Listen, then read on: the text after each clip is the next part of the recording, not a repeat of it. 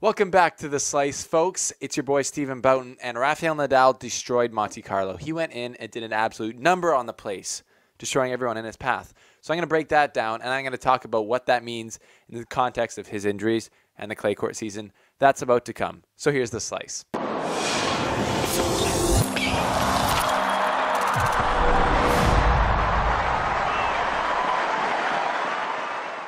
So Rafa looked amazing in Monte Carlo, and he told me actually that you should subscribe. So thanks for subscribing, and that really helps me out here at The Slice.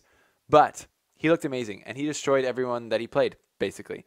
The only time that he looked, I would say, slightly beatable was in the first set against Grigor Dimitrov. Dimitrov was playing some great clay court tennis there.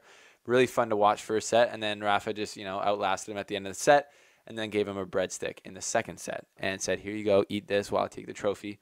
And that's kind of how it goes a lot of the time when Rafa's playing you on clay. They stick. I'm like you. I'm like me. Yeah, when I play Rafa. No, but when you play Rafa, you can maybe stick with him. And if you're not going to beat him, like if I don't know who really has a good chance at this point in the world at beating him on clay, but you can stick with him for the first while, but then if he starts to find his rhythm and, it can get away from you pretty quickly there in the second or third set if it's a major. But I would say that this is, erased all of the injury concern for Nadal fans out there. They're thinking, okay, he took off all his time in the hard courts to be ready for the clay court season, and it cha-ching paid off because he looked great and he looked without injury. So I would say that the injury concerns for Nadal should be gone.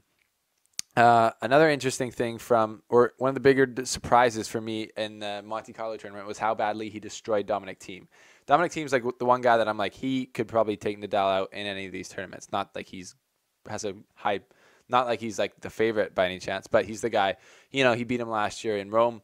He's had a lot of tight finals last year, but Rafael Nadal just murdered him. He gave him a bagel. And then it was, 6-0, 6-2. And then I actually didn't watch the match because I was busy doing other things. But I don't know if it was a combination of Thiem playing bad and Nadal playing great, or just Nadal was that much better on the day. Let me know if you watched. Be my scouts for today. Another big surprise is Kei Nishikori making the final. Is Kei Nishikori back? Looks like it. He's got that nice clay court game where he's got an amazing backhand, amazing forehand, good mover. So he should have a good clay court season for the rest of these tournaments, after a great Monte Carlo start. So good for the old Kei. Good for the Japanese fans. If you're from Japan, let me know in the comments. So what I've been thinking, though, with Rafa taking all the time off in the hard courts to prepare for the clay court season, I think that Nadal is kind of doing what Federer's been doing with the clay. Federer's been playing the hard courts, which he's historically had lots of success on. And he finds it's easier for his body, hard courts, than playing on clay. But Nadal seems that it's harder on his body playing on hard courts than clay. So it's easier on his body on clay. So it's like, are their bodies different? I guess they are different, obviously. And Nadal's a much more natural mover on clay. I don't know. But I still feel like if what Federer's fitness trainer said, like the clay gives you like a kind of sustained agitation to your injuries, that would be the same for Nadal. But maybe he just like pents up, accumulates all his pain fighting power and just sticks it out in the clay court season because he knows he's going to probably win a lot of tournaments there, get a lot of points. And I mean, he went to these tournaments like Miami and Indian Wells. I think he showed up, but he didn't play. Maybe he didn't show up. He showed up to like some of the precursors to the Australian Open, and then obviously played the Aussie Open, but didn't really play any tournaments since then. But yeah, it's pretty similar. They're kind of doing the same thing. They're just sticking to their favorite surface and trying to get as many points as they can in the later stages of their career. What smart guys. Anyways, pointed question in this video is, do you think Rafa's body can hold up from now, the start of the clay court season, all the way to the French Open? If he has been as injured as his camp and his lack of participation in tournaments has shown, don't you think that his injuries are going to flare up and then maybe he won't be able to bring his best tennis at the French Open, which is obviously his most important tournament? Let me know your thoughts on that. Be creative and funny in the comment section below.